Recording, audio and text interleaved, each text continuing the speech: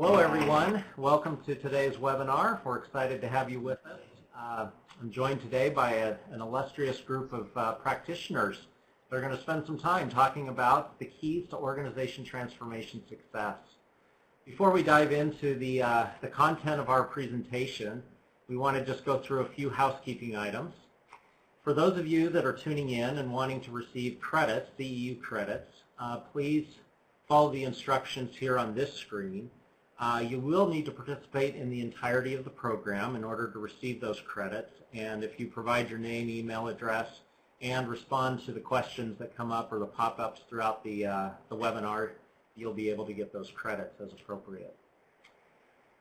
So today, for our webinar, we've got a couple of key issues that are on the tops of our minds that we want to be able to visit about. These are some of the questions, not exclusively, but some of the questions and issues we want to cover.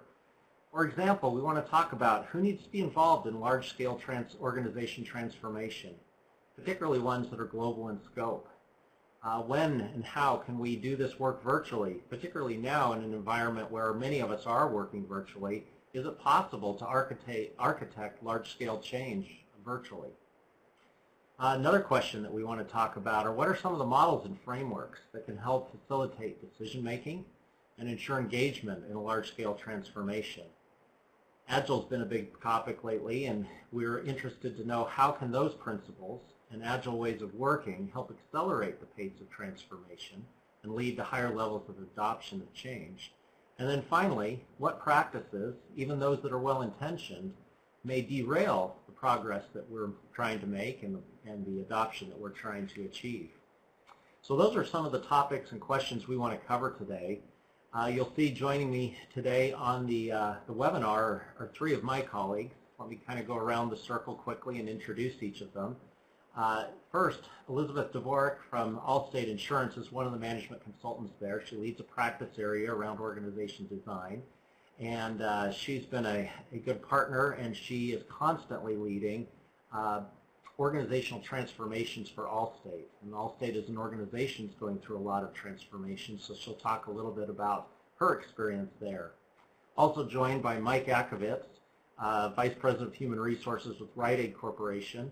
If there's any organization that's undergone a lot of change in the last few years, it's Reid, and Mike's been right there alongside of it with CEO transitions and acquisitions and sometimes even not so successful acquisitions. So lots going on there that he can talk to. And finally, I'm joined by Nargis Rana, Senior Director of Human Resources from Medtronic.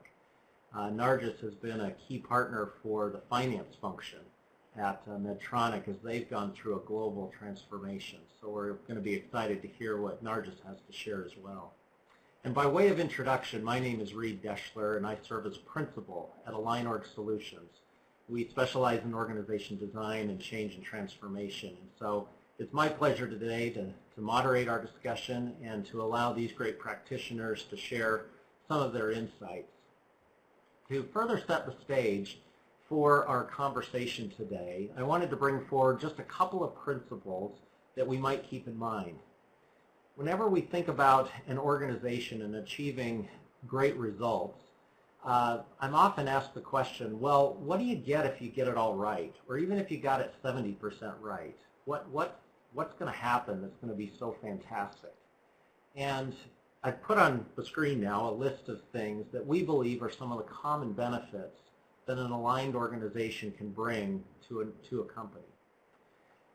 The one that I've highlighted, number 3, less wasted resources, is particularly relevant given the current pandemic situation that the world is working through right now, because many of us are fighting uphill battles as it pertains to the economy and to how our business is actually going to perform. And so being able to take full advantage of the resources that are at our disposal is going to be a huge issue going forward. Many of these other benefits, of course, are fantastic as well, but it feels like right now, given where we're at, number 3 is probably one of the foremost on many people's minds. Now, when we think about organization transformation, there's probably lots of roadmaps and journeys that people could draw pictures of. I'll simply show quickly ours so that you kind of have context for this. Whenever we undertake an organizational transformation journey, we like to start with diagnosis by trying to understand how do we set this thing up for success, because typically a journey or a transformation journey is going to take some time. So let's not short shrift the work that it takes to get the right people involved with the right decision rights to be able to make good decisions. There's usually a phase that happens where we determine and articulate the strategy for the organization and how it's going to be positioned or repositioned to win. From there, there's sort of two phases of architecture that typically has to go on. Sometimes this will involve technology and process change. Sometimes it will involve structural changes. But whatever it is, it's happening at a macro level so that we understand kind of at the business model level of the company how things need to transform. And it also happens at a micro level. How do things change sort of day to day in all the work that people need to do?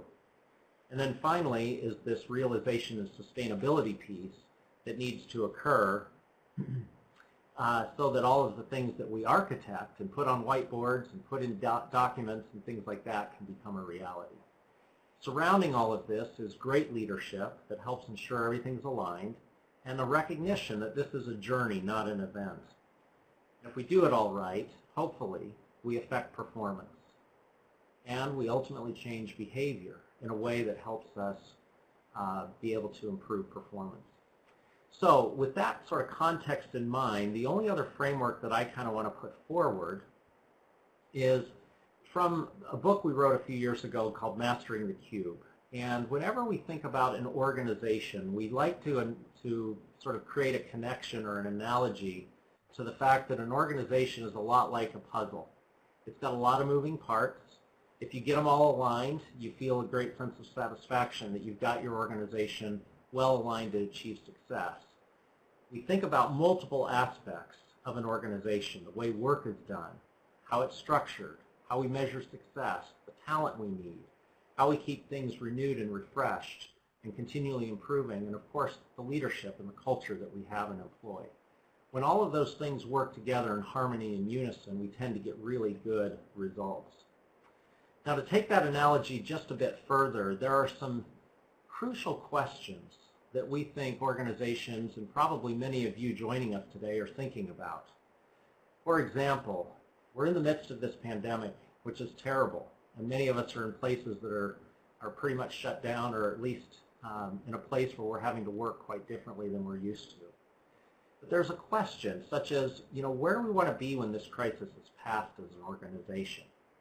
That tees up some key strategic questions of how are we going to be differentiated. We may have had a path we were on pre-pandemic, but now we may have to be adjusting and sort of charting a new differentiated path that would help us achieve our organizational goals.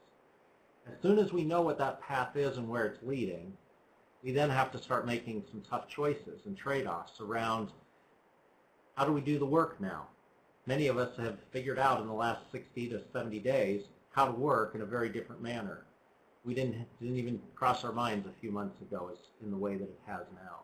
We may be structured differently. We may have to shift costs. We may have to measure and count things differently. So this whole thing starts to come together. Transformation is a holistic exercise.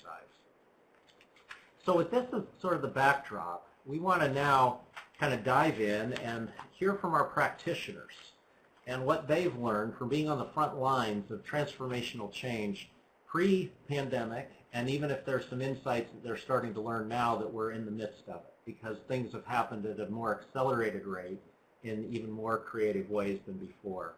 So with that in mind, I'm going to turn it first to Nargis, and I'm going to let you, Nargis, maybe start off by just introducing yourself and a little bit of your transformation experience.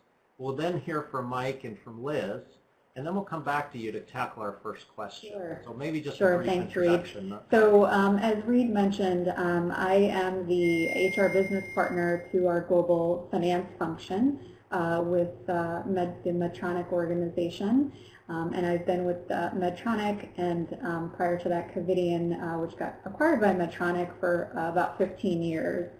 So maybe to set the stage with some context first, Medtronic's been going through organization transformation for some time now, And after the acquisition of Covidian in 2015, where Medtronic practically doubled in size, the company really focused the next few years on integrating both organizations, and that was a huge transformation in itself. A few years after that, Medtronic embarked on what we call the Enterprise Excellence Program, and that's really a multi-year business growth and efficiency program really focused on three things. One, integrating and enhancing our global operations, so think manufacturing and supply chain. Also, two, improving the productivity and the employee experience through functional optimization, so finance, legal, HR. And then three, improving the productivity and customer experience by optimizing certain commercial processes. I've been fortunate to experience and be part of both the integration and now the Enterprise Excellence Program. And most recently, over the last 2.5 years, I've been the HR business partner lead in the global finance transformation, partnering really closely with our finance transformation leader and Medtronic's finance executive committee. And really my role is to ensure that we've got the right talent, culture, and org strategies in place to really enable and drive the transformation. Thanks, Nargis. Mike, why don't you give a brief update on where you Sure, come Reid, from thank and you. what your transformation background Well, the is? gravity of my 30 years in HR has really been primarily as an HR business partner, usually working at the hip of an operations leader that managed a large geography or business unit, serving both as strategic HR business advisor while leading either business unit and or field HR teams. But it's really been in the last 10 years or so that I've become involved in transformation, HR transformation primarily, initially for a global industrial services organization for which I was a member of a small but mighty project team that really led the transformation effort. During that time, transformation was actually my full-time job for at least a few years, which frankly really accelerated my learning journey. And it allowed me to learn the vocabulary essentially of transformation. I certainly started to learn more about design and implementation. But maybe even more powerfully, the experience gave me an opportunity to watch and see transformation unfold, not necessarily directly a part of it, but watching the impact and learning from HR colleagues across other global regions. And it's really those insights that were probably most helpful for me as we were starting to lift transformation back in the U.S.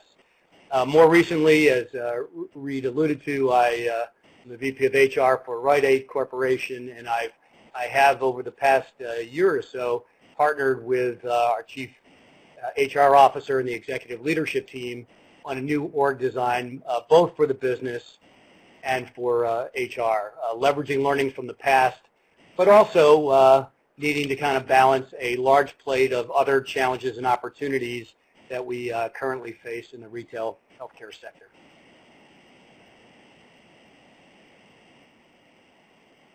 Thanks, Mike. And Liz, how about just some background on your transformation Absolutely. experience? Good afternoon, everyone. As Reid mentioned, my name is Liz Dvorak, and I am the Business Transformation Service Area Leader within Allstate Management Consulting Services at the Allstate Corporation. So as a management consultant, generally our role is to help solve complex business problems at the very highest level. And throughout my tenure and time at Allstate, have had the opportunity to work with a number of leaders, with them really bringing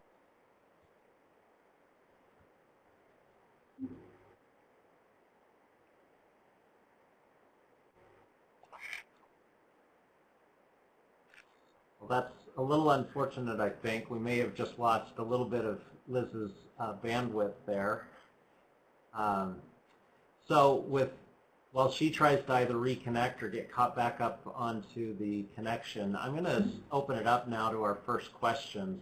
I hate to leave her literally speechless at that point, but I do know that she, as she was describing, does lead on, as a management consultant based internally in Allstate. As business leaders have areas that they want to change and transform, they turn to her and her team, and they step forward with tools and methods to help facilitate that kind of transformation work inside of Allstate. So maybe with that as a wrapping up remark, I'll turn it back to you, Nar, just because the first question we want to dive into today is around who do we involve? Now this is on one level a very basic question, right? It's a very common question that we get asked anytime we undertake a transformation. But I think there are some nuances, particularly when we think globally, because we know that when people are involved, they can help co-create and they buy in. But yet, at scale, it can be tough to involve everyone that really needs to be. So I'd just appreciate you starting us off with, what are your thoughts about this? Yeah, it's definitely a balance. I think you definitely need to start with the end in mind. What's the outcome you're trying to achieve and what's really the scope of the transformation. And so for a global transformation, we're in a matrixed organization where you're touching functions, business groups, and regions. You can be impacting quite a bit of stakeholders. So I think it's really crucial to start an executive sponsor of that work. And that person's really going to be advocating and championing at the highest levels in the organization. And also making sure that you have a lead that is at a level where they're able to influence, they're able to help the team navigate the organization, will be a partner to that executive sponsor, but really having that lead role is going to be important, and that person's really going to play a key role in making sure that they manage who's involved. So in a global organization, and again in a matrix organization, you can have stakeholders in the groups and regions that are being impacted, but it's really important to be clear with those stakeholders on whether or not they are, we're coming to them to gain alignment versus they're involved in the decision. And really differentiating that is going to be critical, especially when you're touching that many stakeholders that are impacted by the change. I think another really key group of people that is important is a steering committee, and they really play a key role in really helping to shape the strategy and the direction of the transformation. They also will be helping to influence not only within the scope of how you're transforming, where you're transforming, but maybe the stakeholders that you're touching in the various areas of the organization. Additionally, I would say you want to have subject matter experts that are helping to provide a key voice into the processes, right? So these are the people that are doing the work, have experience doing the work, playing a role in shaping those processes.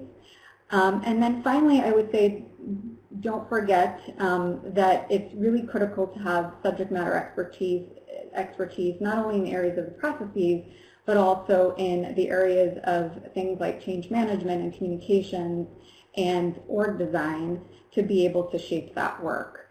And sometimes those things are overlooked because it feels like it just kind of comes together, but making sure that you've got the right expertise in those aspects of, again, change, org design, communications as an example, is really critical. Thanks, Nargis. Mike or Liz, anything you want to add to that in terms of who to involve and how to start to think about the transformation? No, I really don't. Thank you. All right, and welcome back, Liz. We realized that you lost your feed there. As we continue down this journey of discovery, Liz, I wanted to kind of get your take. It's sort of ironic we just lost you, but as we think about trying to facilitate transformation in a virtual world or in a virtual environment, what has been your learnings about when we can do this type of work virtually and when we have to actually put people in a room, barring health considerations aside for the time being? But what are your insights on that? So as I think about the value of getting folks together in a room, there are a few instances where it is really important and critical. And I think, Reid, when you think about the model that you just showed, those conversations that are happening early on, particularly when you're talking about the strategy and what the future would look like, it's very, very important, at least in my experience, to have folks in the room and making sure everyone is aligned. So one of the examples that I oftentimes use is almost the analogy of building a house. If we think about having everybody together to make sure we're all aligned on the square footage of the house and what that's going to look like, and we all are aligned on the blueprint and generally what the design will look like. So are we looking for a more traditional approach or modern approach? And if we can have those discussions early on, what I've found is that alignment in the room then helps to increase the speed and effectiveness when everybody goes off and starts to actually build the house. The plumbers can work and get their job done. The carpenters can work, and it really makes it for a more effective design overall when we're all driving toward those same outcomes. The other instance or time when I found it's really, really important to get folks into the room is when there might be a little bit of misalignment, or we don't think everybody is necessarily on the same page. So as a consultant or someone who's partnering closely with the leaders, that's something usually that I'll be probing for or looking for. And then really when you start to sense that, bringing the group back together so that you can have that alignment discussion and make sure you have that body language to go off of. The last instance where I've found it's really, really helpful to have everybody in the room is when speed is of the essence. So getting folks together and having longer working sessions, well, it's definitely possible virtually, and we are doing it today and leveraging some of the great tools that we have, like a mural board, so the dialogue is interactive and you're making sure to get everybody's input. Really, really making sure that when speed is of the essence, you're bringing that group together, and it helps to streamline the conversation quite a bit. So that would be my take on when bringing people together is important versus having virtual discussion.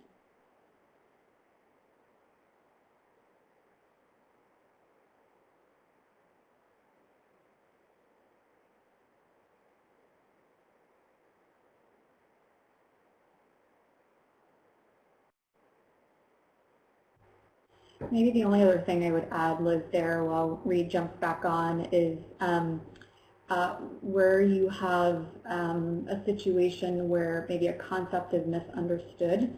And I'll use the example of org design where as we were going through transformation, org design was it almost felt like it was something that just came together, where I knew as an HR business partner it was a really critical step to be able to set up the right org design to enable the new operating model that we were trying to create and implement. And that was something that was just misunderstood in terms of the term org design, and getting the right people in the room to be able to actually put pen to paper around what that looked like and help shape it, really then help them understand why there was a need to do it in the first place. And that was something I think that was really critical to do in the room versus virtual. That's a great point. Thanks, Nargis and Liz. And thanks for covering since my system froze as well. Mike, anything else you wanted to add here? Oh. Well, we're going to pull Mike in now because one of the questions is there's often power in a unifying framework for how you're going to approach a transformation, if nothing more than to provide a language. In your experience, Mike, are there any particular frameworks or tools that you found that have, sort of helped accelerate or pull people together in terms of how they think and how they talk about the various phases or steps of the transformation?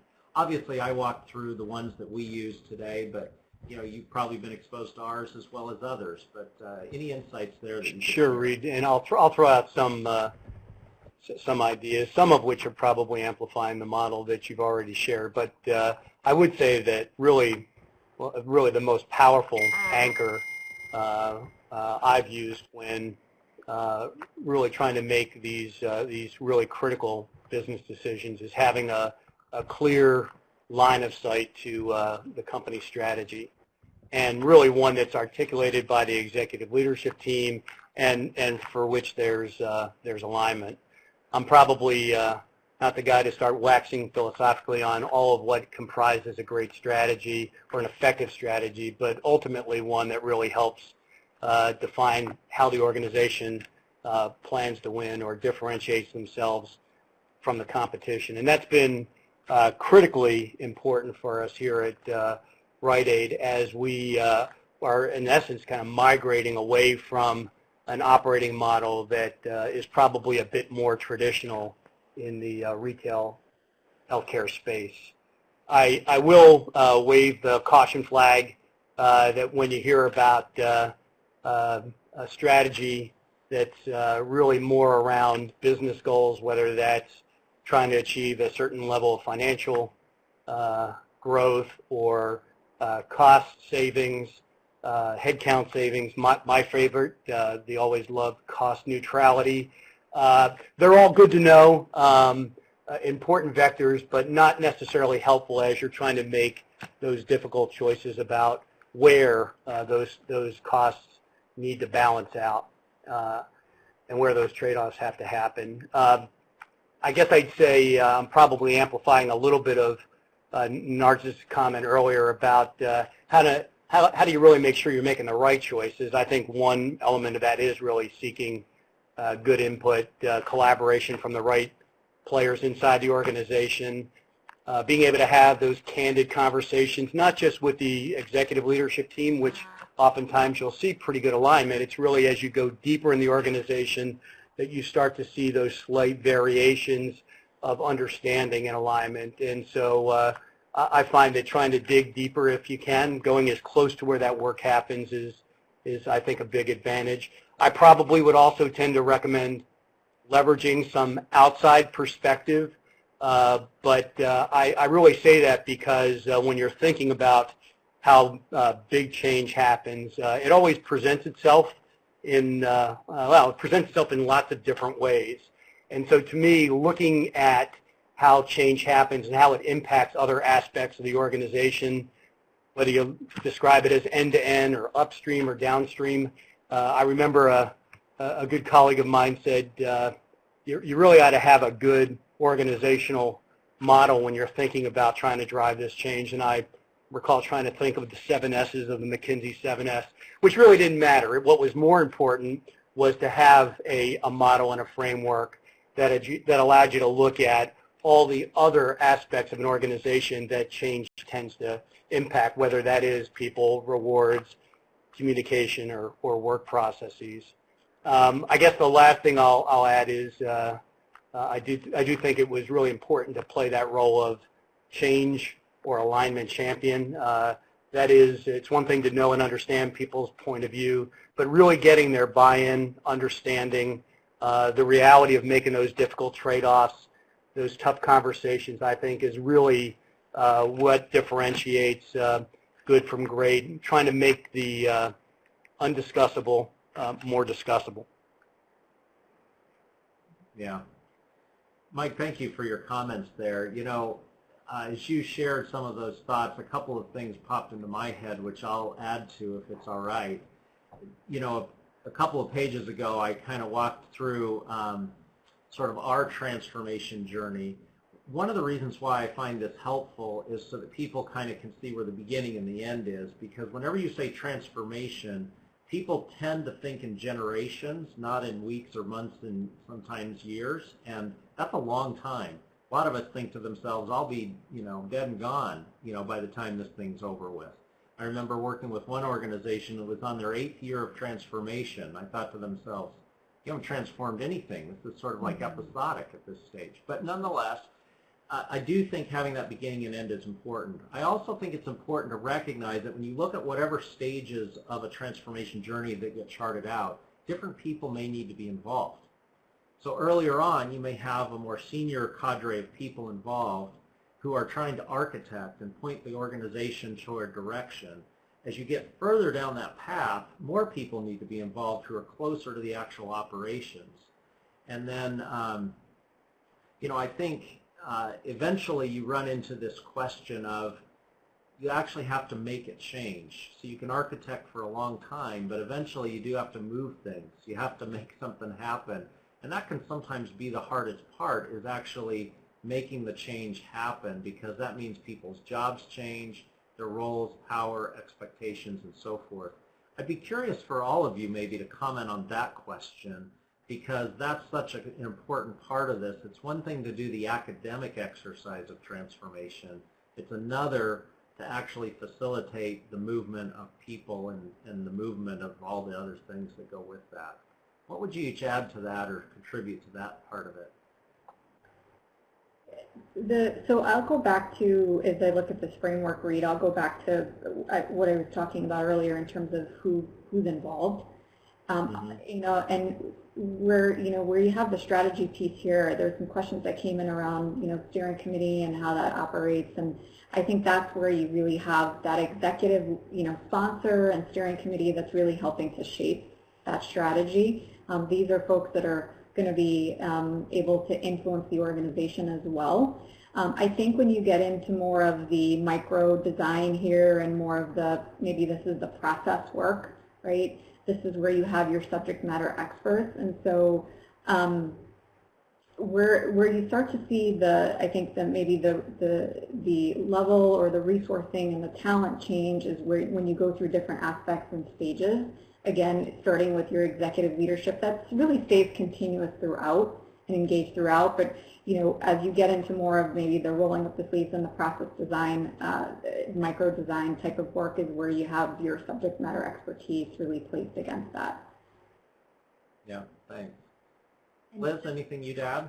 Yeah, building on that, and related to a question that I saw coming through in the feed is, how do you shift and make sure that the structure of the organization is enabling the strategy, knowing sometimes the current structure might not be the right structure, and those are oftentimes the hard decisions, especially if there are folks that are in the room designing that might be impacted by all of that. And I will say that what I found as we look at the model here is the due diligence up front in making sure you have the data and you're working through what the activities of the future state would be to enable this strategy, and really keeping it agnostic of some of that initially helps, because then when you have those decisions up front about this is really our strategy, this is the vision for the future, these are the activities that we need to enable all of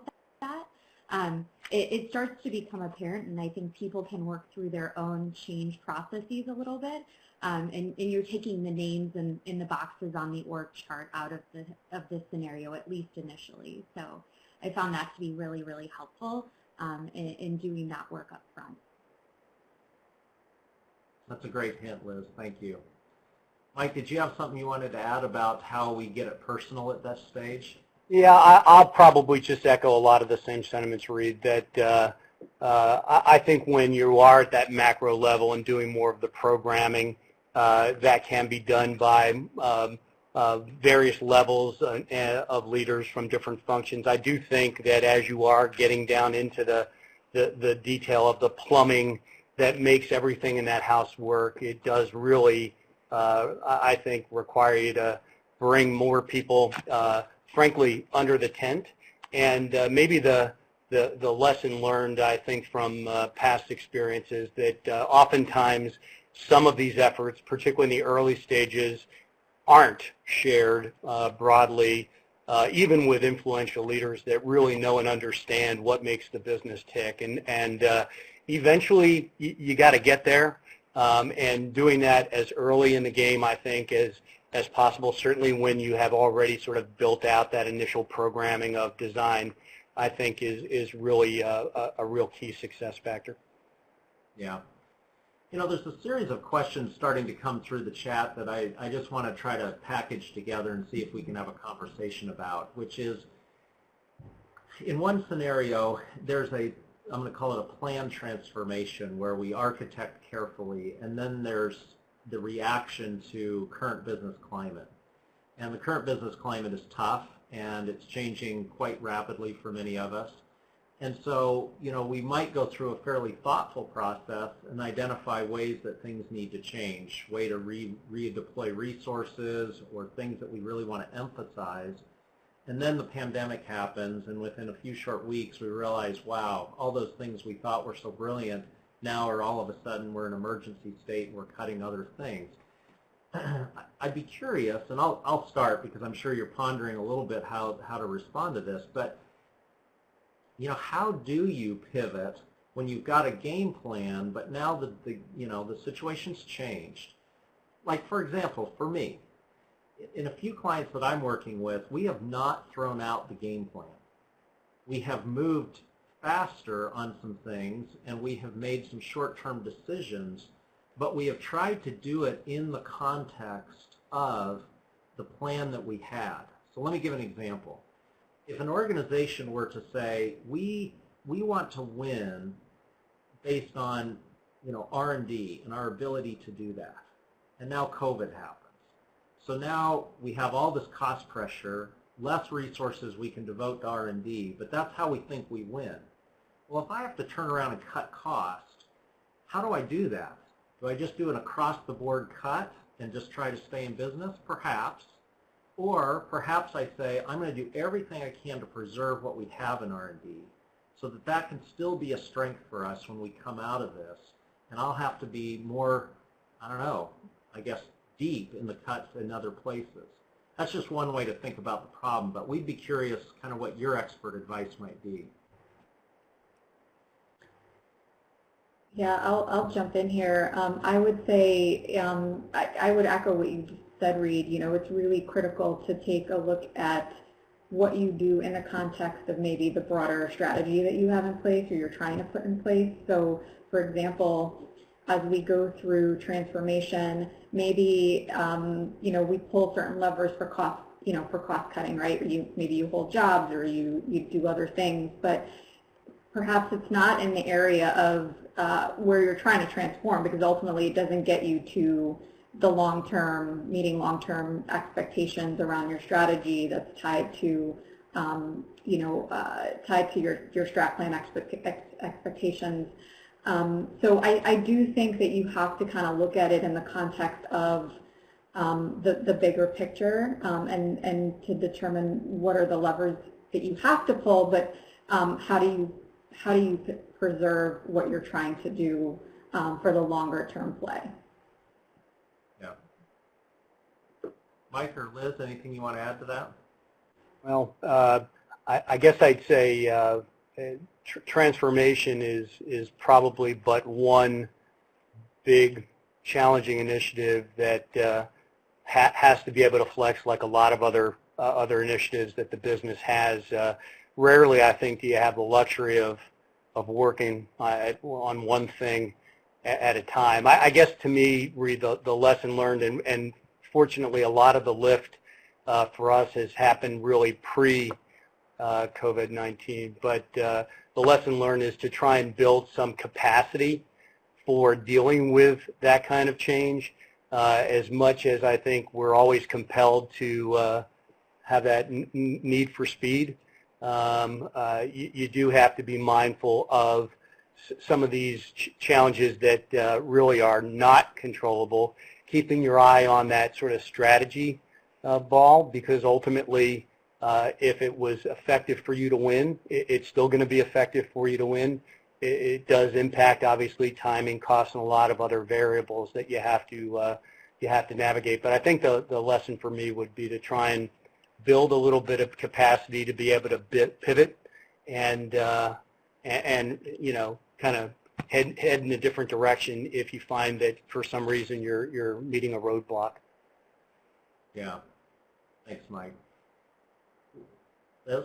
And I would say from an Allstate perspective, the multi-year transformation that we're on right now is really about expanding customer access, investing in technology and marketing, and really making sure that we're aligned as an overarching organization.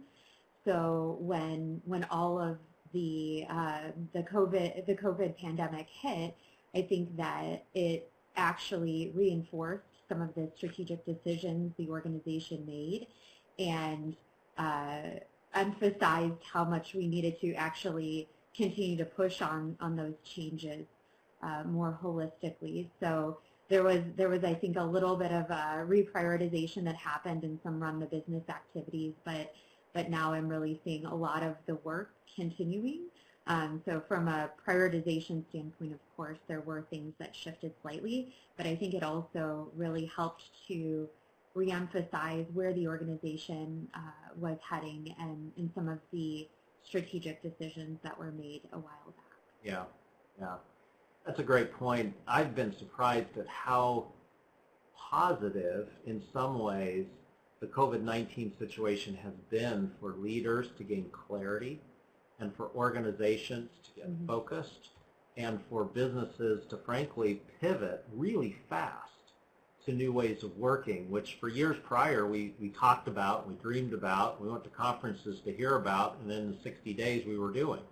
So there's been some nice upsides from what we've learned from the reprioritization that this situation has caused. Liz, it also reminds me that a lot of organizations are trying to adopt agile ways of working and principles. I know Allstate has been doing some of that. Could you talk to what you've learned from doing that and how it might apply given what's happening now?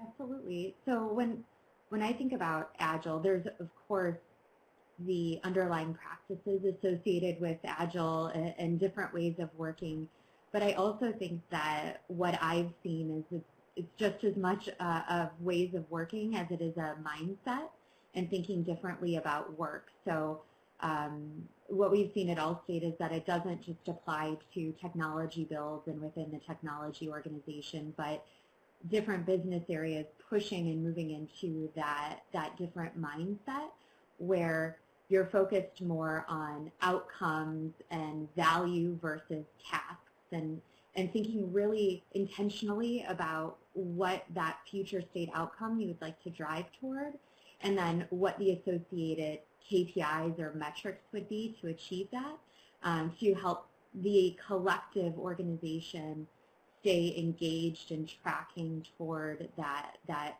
overarching outcome. Whereas in the past, maybe we were doing tasks and activities, but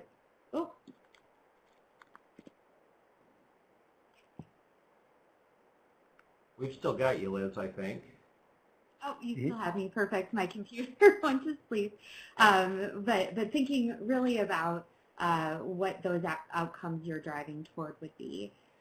The other benefit or advantage that I've seen is the concept of iteration. So really thinking about what the customer values and then working toward that and iterating as you go. And I think from a transformation standpoint, when you're looking at something that might be multi-year in nature, having those milestones, I think, is really, really important in keeping people engaged and motivated, because it can feel like it's something that's so far out, especially if there's a scenario like you were mentioning that there's an 8-year transformation effort underway.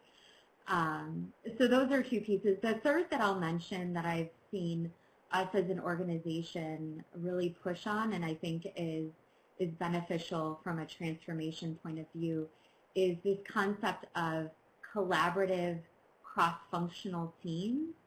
So bringing these teams together that might have been traditionally somewhat siloed, especially when you're thinking about an organization that is as old as Allstate is. We have some silos, and so breaking down those silos, which I think ultimately helps to reduce some of the redundancy overall, potential duplication of efforts, and driving towards some of those more holistic outcomes. Mm. Those are some great points, Liz, and I'm sure there are a lot of people, people listening in today that their organizations have been trying to adopt some of those Agile principles, but I like organizations that are trying to adopt it at the principle level or the ways of working level. What we've seen overall is that when you try to be really formulaic about it, sometimes it can just feel like it's forced a little bit. But when you try to say, how do we learn and move fast through iterative processes, or how do we work more effectively across boundaries to get cross-functional teams working together, those are really important questions, and some creative ways can emerge, I would think.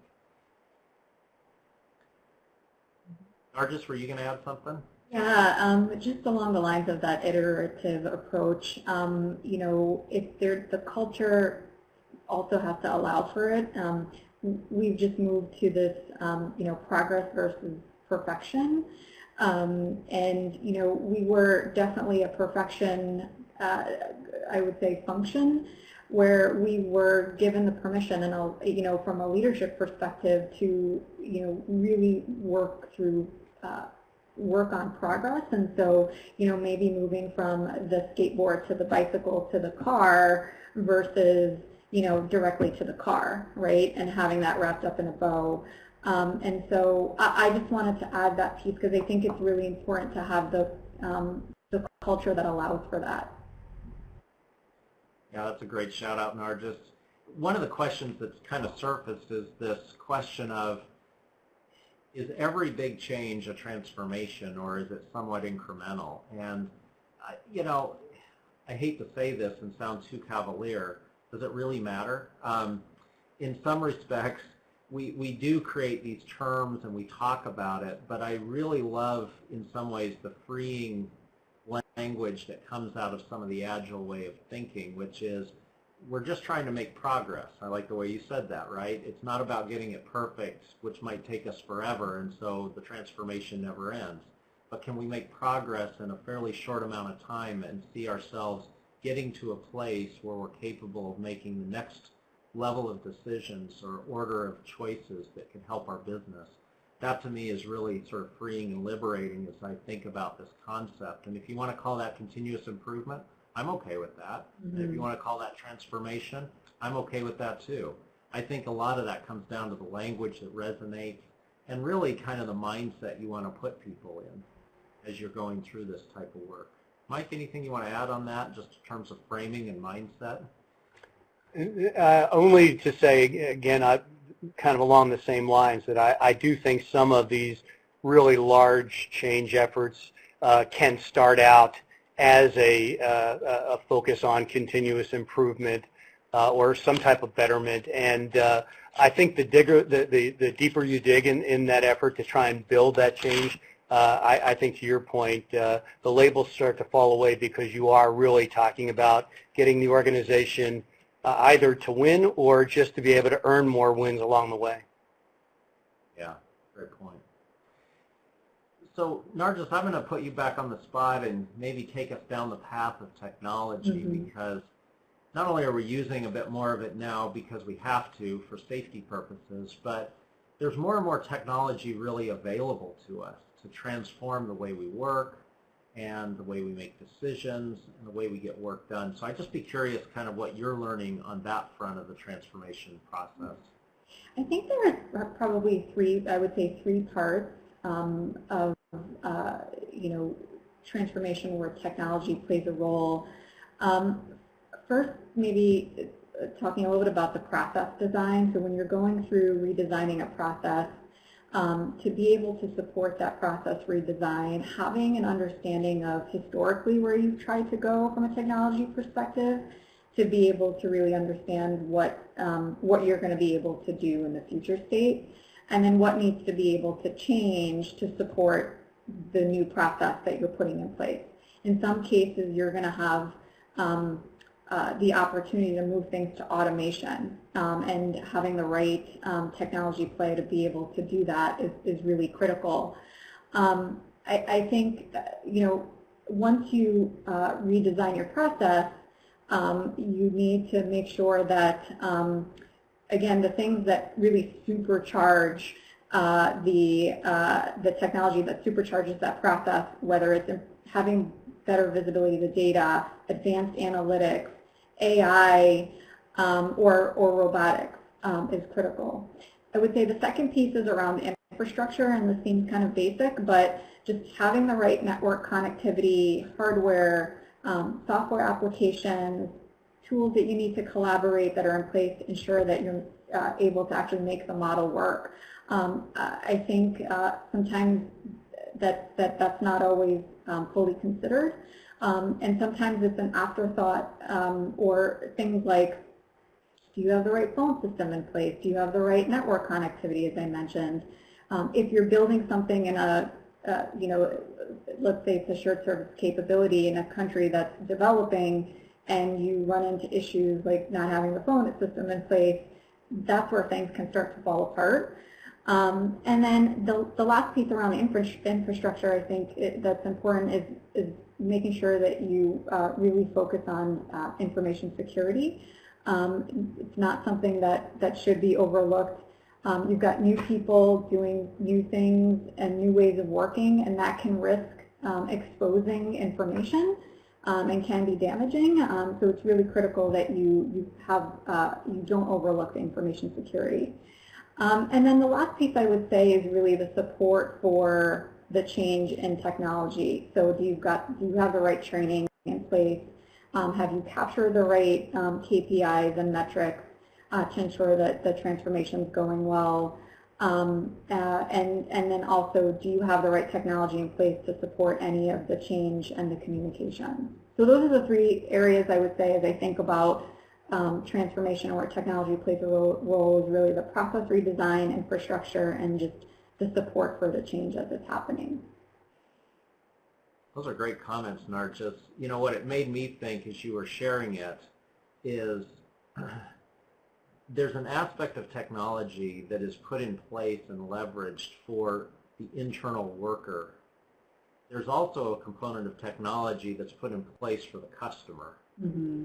And sometimes those are the same, right, or connected highly. Other times they're just very different things, but they have to, work together. So I just find that interesting because I think about security, that issue that, is unfortunately very important, how that plays out for the internal worker and how we ensure security for the folks that are using it to get their work done and all of that, as well as the security that a customer would expect of an institution. I think are just some great questions that you're surfacing there. Yeah. Mike or Liz, anything you want to add to this discussion on the technology side of transformation? I'll only add that in past life, it really was a huge enabler for us to be able to drive transformation and change in this global industrial services organization. I will say that it's a lot of work, and it's a lot of change to absorb on top of other transformational changes underfoot. So to me, it's probably always important to look and see, again, take a hard look at that capacity. The only other thing I might add is that I think sometimes transformation and technology are kind of linked at the hip, and I would only caution that while it undoubtedly could make the task of performing work easier and better, maybe more reliable, it's not always a necessary condition for launching, I think, a transformation effort. So probably just a little different spin there. Yeah, thanks, Mike. Well, we've just got a few minutes left, and we haven't had a chance to dive in yet to the topic of what can really get us off track. So for each of you to sort of share your final thoughts, both in terms of takeaways to make sure to never forget, but also in terms of what you want to make sure that we don't get stuck or derailed on. Let me turn to each of you to kind of leave your parting shot with the group today, and then we'll wrap up. Liz, do you want to kick off? Absolutely. So I would say that one of the key things that I think is so critical in all of this is making sure you have that strong, solid foundation and alignment from the beginning. So having that clear vision that taps into not only what the business looks like in the future, but also people's passions. And then making sure that at the highest levels of leadership and down, that folks understand and understand how they connect to that broader strategy. I think that as long as you do that cascade and having people invested in that, it really helps to move things forward more quickly. Thanks, Liz. Mike? Yeah, I think I've embedded a couple of those thoughts along the way, Reid, so I'll just simply call out one challenge, which I think is around just capacity and the red flag around task interference and making sure that as you're launching big change that all those change efforts are really aligned and integrated. I do think that oftentimes big change just attracts the desire to see change happen across the organization, and I think that can sometimes, tie your hands behind your back and a lot of the resources that are typically critical for success. And maybe the last issue is that as we think about all the different aspects of change, I would probably only highlight the fact that that people part of the equation, really trying to have people kind of find that change from the inside out, I think is really critical. I think we make the assumptions that people can naturally kind of jump into a new or slightly modified role and just kind of run like they've been doing that job forever. And I think paying a bit more attention to that would be well served. That's great, Mike. Thank you. Nargis, your parting shot? Sure. Just to maybe add a few things, I would say be clear on where you're informing versus aligning on a decision. When you're in a big organization, it's easy to get caught up in trying to have every stakeholder involved in the decision making, so be clear on where you're informing versus aligning on a decision. Sometimes you can get into analysis paralysis.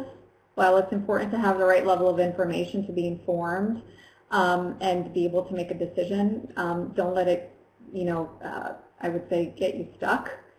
And then the last piece I would say goes back to what Liz was talking about, but go slow to go fast in the beginning. Make sure you've got the right things set up and put in place, the team, the governance, the structure first, so that you're able to actually move things along. Yeah, great points all. I'll add a final thought and certainly thank the panelists today. It's my pleasure to work with each of them, Liz and Mike and Nargis respectively, but part of the reason I wanted to assemble this discussion today is because I knew they had some really practical, down-to-earth insights about how to do this. Organizational transformation is not pretty work. It may look sexy on a slide, but it's pretty pick and shovel work, as one of my colleagues would say. It's always messy. There's something you didn't predict. There's politics and feelings involved. And at any rate, I just admire people who dive in and tackle this work. They do it with courage and integrity. And I really appreciate the fact that there are some practices and some lessons learned out there, and there's people that are figuring out their way through this difficult space. So on that note, we'll conclude today's discussion. I need to pull up something here to just make you aware. There are upcoming broadcasts from the conference board. If you go to theconferenceboard.org, you'll be able to see a full listing of those and be able to register for additional broadcasts. And then there are additional research and learning areas, the Human Capital Insights podcast series, for example, that if you wish, you can register for those and then be able to receive those on a regular basis. And the final parting shot before we say thank you and goodbye is if you have a webcast that you want to do, then you can also reach out to the conference board and talk to them about sponsoring a webcast of this nature. So with that, thank you everyone and have a great day. Thank you.